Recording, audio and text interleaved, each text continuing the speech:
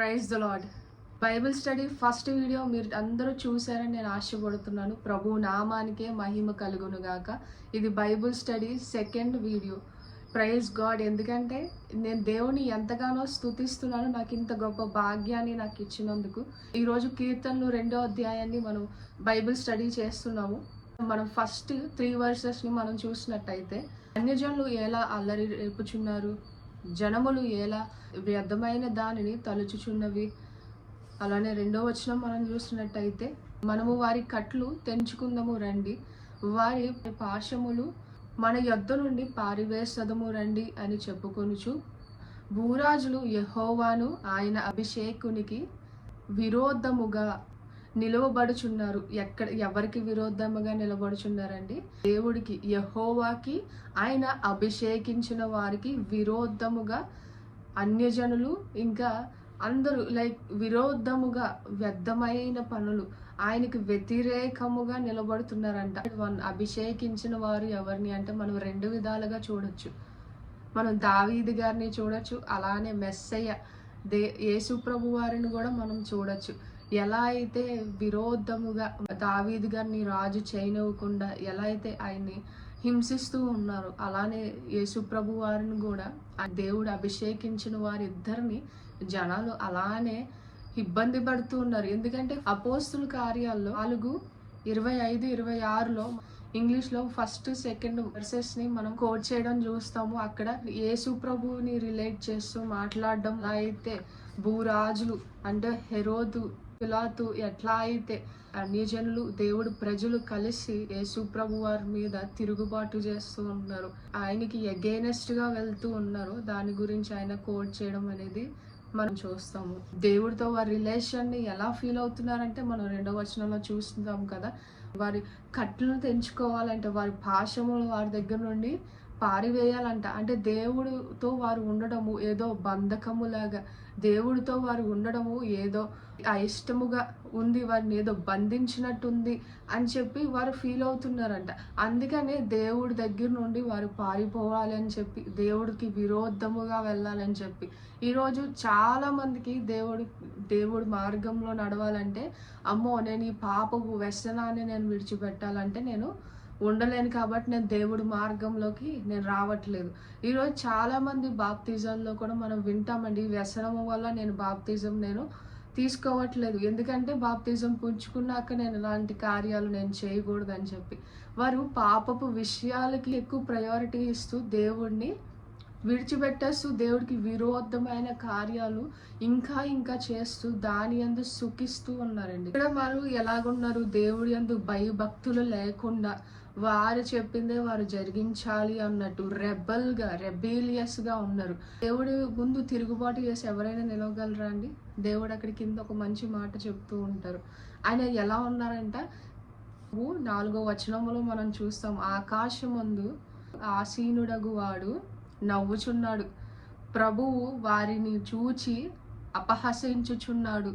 వారిని చూసి ఏం చేస్తున్నారంటే ప్రభు నవ్వుతున్నారండి. ఎవరైనా దేవుడికి విరోధముగా చేసి నేను దేవుడిని నాశనము చేయగలనని ఎవరైనా చేయగలరు? ఆయన ఆకాశముల్ని భూలోకాన్ని సృష్టించిన వారికి ఎదురు వెళ్ళగలమా? జస్ట్ ఓ మనిషిని చూసి మనం భయపడతామండి, ఓ మనిషిని చూసి మనం బెదిరిపోతాము, అమ్మో ఈ తప్పు చేస్తే ఆ అధికారి నన్ను ఏం చేస్తారు, లేదంటే ఈ వ్యక్తి నన్ను ఏం చేస్తారో అని భయపడుతూ ఉంటాము. కానీ దేవుడు ఎంతో శక్తిమంతులు. ఆయన ఎవరైనా ఆయనకు వ్యతిరేకముగా ఆలోచించి ఆయన మీద తిరుగుబాటు చేస్తున్నారంటే ఆయన ఎక్కడ ఏం చేస్తున్నారు? ఆకాశమందు ఆసీనుడైన వాడు నవ్వుతున్నాడంట, వారిని చూసి నవ్వుతున్నారంట, అపహసించుతున్నారంట, మాక్ చేసిన విధముగా. అంటే నువ్వు నన్ను ఏమైనా చేయగలవా అన్నట్టు దేవుడు.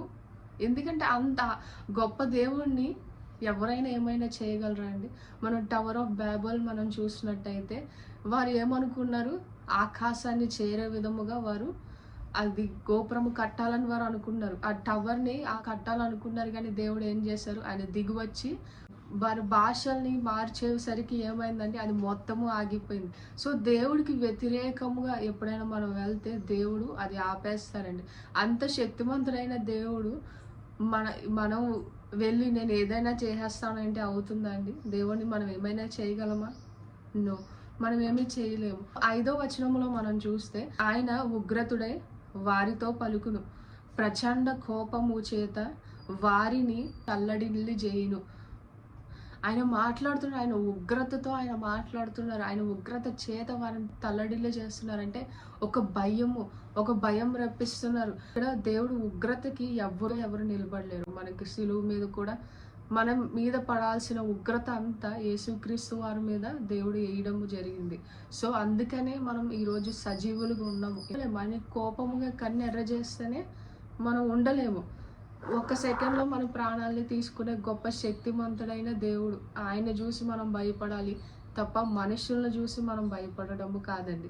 మాథ్యూ చాప్టర్ 10:28 వర్స్లో మనం చూసినట్టయితే, and do not fear those who kill the body but cannot kill the soul, but rather fear him who is able to destroy both soul and body in hell. చెప్తున్నారండి యేసుప్రభు వారు, మిమ్మల్ని శరీరాన్ని నాశనం చేసేవాడిని చూసి భయపడకండి, శరీరాన్ని ఆత్మని నశింపచేయగలిగే శక్తిమంతుడైన దేవుడిని చూసి భయపడండి అని చెప్పి యేసుప్రభు వారు దేవుడి యందు భయము గురించి మనతో నేర్పిస్తున్నారు.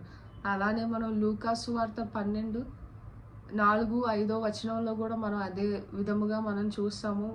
యేసుప్రభు వారు స్వయంగా దేవుడి మీద భయభక్తులు కలిగి జీవించండి, భయముతో జీవించండి అని చెప్పి మనం యేసుక్రీస్తు వారే మనం చెప్పడం మనం చూస్తాము. దేవుడికి వ్యతిరేకముగా వెళ్ళి దేవుడి అంటే భయము లేకుండా మనం ఈ లోకంలో జీవించలేము. ఎందుకంటే మన పైన అథారిటీ ఆయన. మనం చిన్న అథారిటీని బట్టే మనం భయపడుతూ ఉంటే, ఆయన మోస్ట్ హై గాడ్, ఆయన పైన ఉన్న అధికారి, ఆయనకి మన అందరి మీద అధికారం ఉంది. ఆయన సెకండ్లో ఆయన ఏమనుకుంటున్నారో ఇక్కడ జరిగించే శక్తిమంతుడైన దేవుడు. మనం ఈరోజు ఆయనకు వ్యతిరేకంగా వెళ్ళి మనం నిలబడలేమండి. మనం ఆయనకు వ్యతిరేకంగా చేసే కార్యాలు కూడా నిలవవు. అలానే మనం 6వ వచనం మనం చూస్తే, నేను నా పరిశుద్ధ పర్వతము సియోను మీద నా రాజును ఆసీనునిగా చేసి ఉన్నాను. దేవుడు ఎంచుకున్న రాజుని ఆయన పరిశుద్ధ పర్వతము సియోను మీద ఆసీనుడిగా చేసి ఉన్నాను అని చెప్పి మాట్లాడుతున్నారు. ఇది మనం ఇద్దరికి, దావీదు గారికిను అలానే యేసుక్రీస్తు వారిని కూడా మనం రిలేట్ చేసుకుని మనం చూడొచ్చు. దావీదు గారిని ఎలా అయితే రాజుని చేశారో దేవుడు, ఆయన పరిశుద్ధ స్థలము యెరూషలేము మీద ఆయన దావీదు గారిని రాజుగా ఆయన చేయడం మనం చూస్తాం. అలానే యేసు ప్రభు వారు తిరిగి వచ్చినప్పుడు నూతన యెరూషలేములో ఆయన పరిపాలించడము మనం చూస్తాము. అలానే 7వ వర్స్లో మనం చూస్తే, కట్టడను నేను వివరించెదను, యెహోవా నాకు ఇలాగా సెలవిచ్చును, నీవు నా కుమారుడివి, నేను నిన్ను కని ఉన్నాను.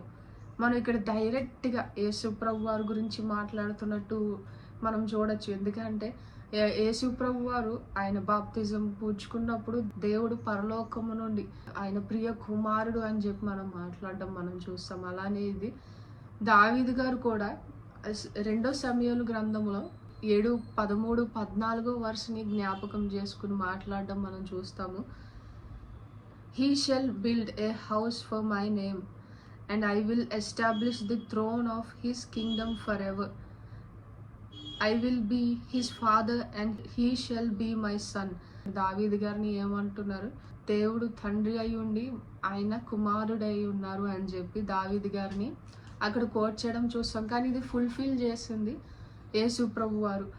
ఇదే వర్స్ని మనము అపోస్తల కార్యాల్లో 13:23 వచనంలో యేసు ప్రభు వారికి డైరెక్ట్గా రిఫర్ చేస్తూ మాట్లాడిన ఈ వచనం, దేవుడు ఫుల్ఫిల్ చేసిన ఈ వర్స్ని, ఈ ప్రాఫెసీని పౌలు గారు అక్కడ ఎక్స్ప్లెయిన్ చేయడం మనం చూస్తాము.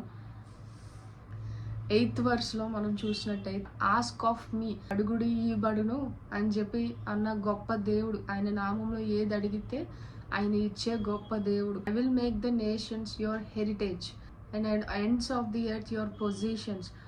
I will make the nations your heritage. Heritage అంటే ఏమంటామండి? హెరిటేజ్ అంటే మన పితరుల ఆస్తిని ఇన్హెరిటేజ్ అంటే వారికి ఉన్న ప్రాపర్టీని చనిపోయిన తర్వాత మనకి ఇవ్వడం మనం చూస్తాం. అలా దేవుడు మనకి ఎఫెసీయులకు రాసిన పత్రిక 1:11 మనం చూస్తాము.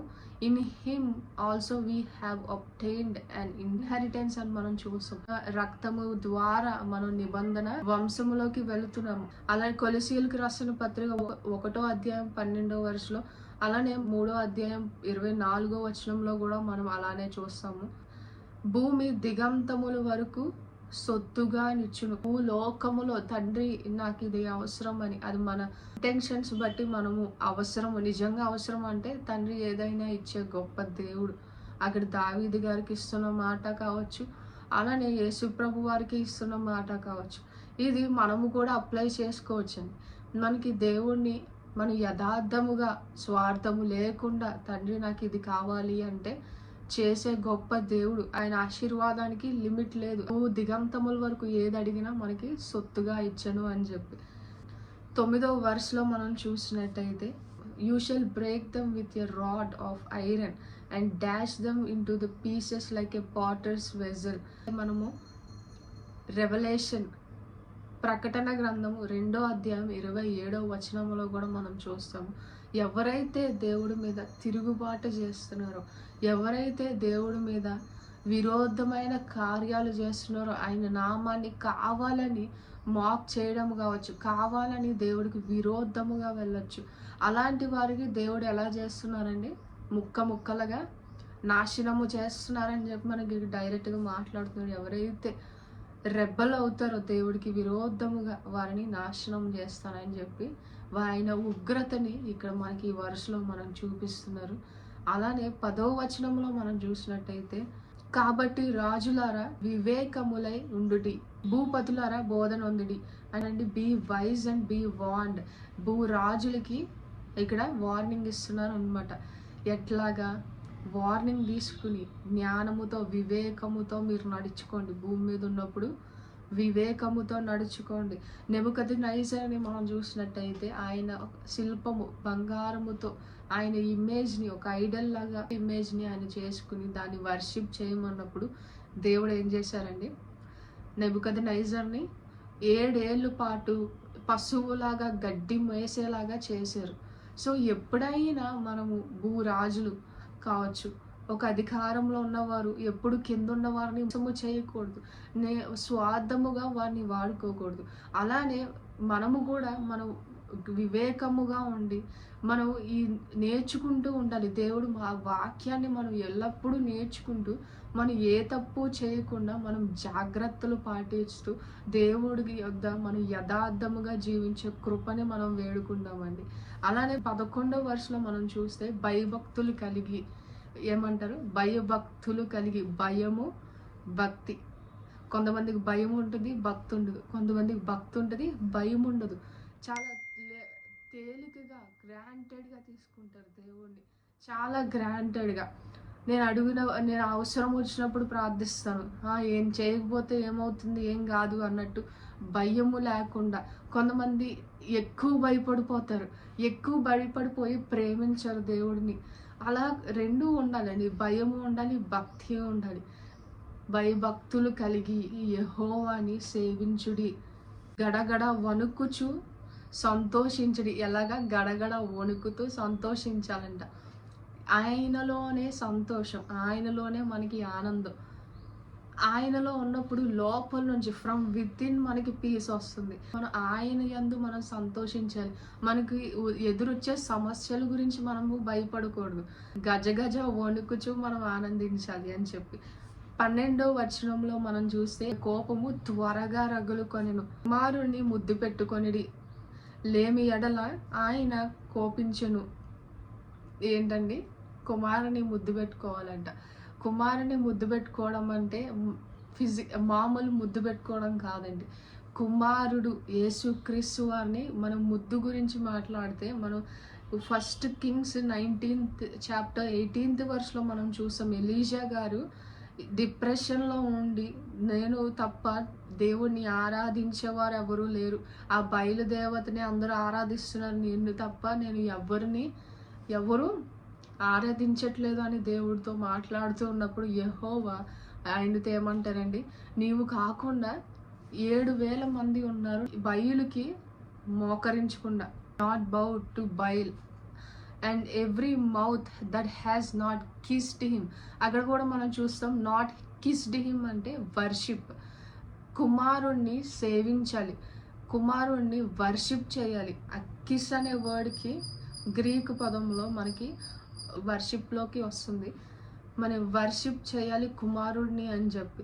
కుమారుడిని వర్షిప్ చేయకపోతే ఏమవుతుందని మనం ఉగ్రత పాలు అవుతాము, ఆయన కోపానికి మనం బలైపోతాము. ఎందుకంటే మన ఉగ్రత, మన మీద పడాల్సిన ఉగ్రత అంతా యేసుక్రీస్తు వారి మీద వేసారు. కాబట్టి మనం ఎప్పుడు దేవుణ్ణి సేవించకపోతే, ప్రేమిస్తే ఆయన చెప్పినట్లు మనం చేస్తాం, అడుగుజాడలో మనం నడుస్తాం. ఎప్పుడైతే ప్రేమించకపోతే మనం లోక ఆశలను బట్టి, లోక ప్రేమలు మనలోకి వచ్చి దేవుడి మార్గములో నుండి తొలగిపోతాము. అది మనం ఆయన ఉగ్రత మన మీదకి ఇంకా ఇంకా తెప్పించుకుంటూ ఉంటాము. మన పాపాలు అనేది మనం దేవుడు రక్తములో కడుక్కోకుండా మన ఉగ్రత నుండి ఎలా తప్పించుకోగలము? ఫస్ట్గా మనం చేయాల్సింది ఏంటి? మన పాపాలు ఒప్పుకొని దేవుడి సన్నిధిలో, తండ్రి నేను ఈ పాపం చేశాను, నన్ను మీ పరిశుద్ధ రక్తముతో నన్ను కడగండి, నన్ను నూతన పరచండి అని మనం దేవుణ్ణి యథార్థముగా వేడుకోవాలి. అప్పుడు మనం నూతన పరిచబడిన తర్వాత మనం ఆ ఉగ్రత పాలు నుండి తప్పించుకుంటాం. అదే వర్షంలో మనం కింద సెంటెన్స్ మనం చూస్తే, అప్పుడు మీరు త్రోవ తప్పి నశించెదరు. ఎప్పుడు త్రోవ తప్పి నశించెదరు? కుమారుణ్ణి సేవించినప్పుడు మనం త్రోవ తప్పి నశిస్తాము. ఆయన ఆశ్రయించేవాడు ధన్యుడు. మనం ఎప్పుడైతే ప్రభువుని ఆశ్రయిస్తామో మనం ధన్యులు అవుతామండి, మనం బ్లెస్ అవుతాం. ఎప్పుడైతే మనం ఆయన ప్రేమించకుండా ఉంటామో ఆయన త్రోవలోనే మనం తప్పిపోతాం. ఎందుకంటే లోకాశలు మనలోకి వస్తూ ఉంటాయి. లోకాశలు మనలోకి వచ్చిన తర్వాత ఏమవుతుంది? లోక పాపంలో పడిపోయి ఆయన ఇంకా విరోధముగా జీవించడం అనేది మనం జరుగుతుంది. చాప్టర్లో మనం చూస్తే దేవుడి యందు భయము ఎంత ఇంపార్టెంటో భక్తి కూడా అంతే ఇంపార్టెంట్. ఫస్ట్ అంతా మనం భయము గురించి చూసాం, ఆయన ఎలా నాశనము చేస్తారో మనం చూసాము. అలానే భక్తి అన్నప్పుడు దేవుణ్ణి సేవించే వారిలాగా మనం ఉండాలి. సేవించకపోతే దేవుడు ఉగ్రత మన మీద వస్తుంది అని చెప్పి మనం చూస్తున్నాం. చాప్టర్ అంతా దేవుడి యందు భయభక్తులు కలిగి జీవించాలి. రెండు బ్యాలెన్స్డ్గా ఉండాలి, ఒకటి ఎక్కువ తక్కువ ఉండకూడదు. గ్రాంటెడ్గా తీసుకోకండి. దేవుడి యందు భయభక్తులు కలిగి జీవించి ఆయన ముందు యథార్థముగా నడుచుకోండి. ఆయన వెలుగు ఎప్పుడు మీ మీద ప్రకాశిస్తూనే ఉంటుంది. Praise the lord.